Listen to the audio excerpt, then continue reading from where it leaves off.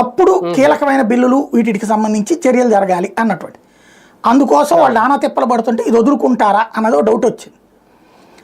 అయితే ఇప్పుడు మనిద్దరం ఈ వీడియో చేస్తున్న టైంలో జనసేనకి సంబంధించినటువంటి వాట్సాప్ నుంచి ఒక మెసేజ్ వచ్చింది. ఏమనయ్యా అంటే, శాసనసభ్యుల కోటాలో నిర్వహించే ఎమ్మెల్సీ ఎన్నికల కూటమిలో భాగంగా జనసేన అభ్యర్థిగా శ్రీ కొణిదెల నాగబాబు గారి పేరుని పార్టీ అధ్యక్షులు శ్రీ పవన్ కళ్యాణ్ గారు ఖరారు చేశారు.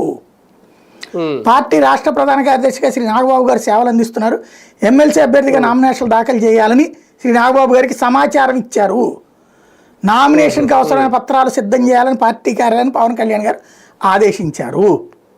ఇది హరిప్రసాద్ గారు ఇచ్చిన స్టేట్మెంట్.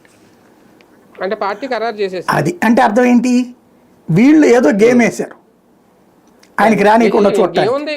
వీళ్ళకి ఇష్టం లేదు అట్లా కాదు, అది తెలుగుదేశం ఫీలింగ్ కాదు కదా, వీళ్ళు క్రియేట్ చేశారా అదే అంటున్నాను. అదే ఈ రెండు పత్రికలకి ఫీలింగ్ ఉంది, వాళ్ళకి ఇంకో మంత్రి పదవి ఇవ్వడం, వాళ్ళకి ఇంకో ఎమ్మెల్సీ ఇవ్వడం ఇష్టం లేదు. అంటే ఒక సలహా ఇచ్చారు, ఒక్కొక్క పత్రిక ఒక సలహా ఇచ్చింది.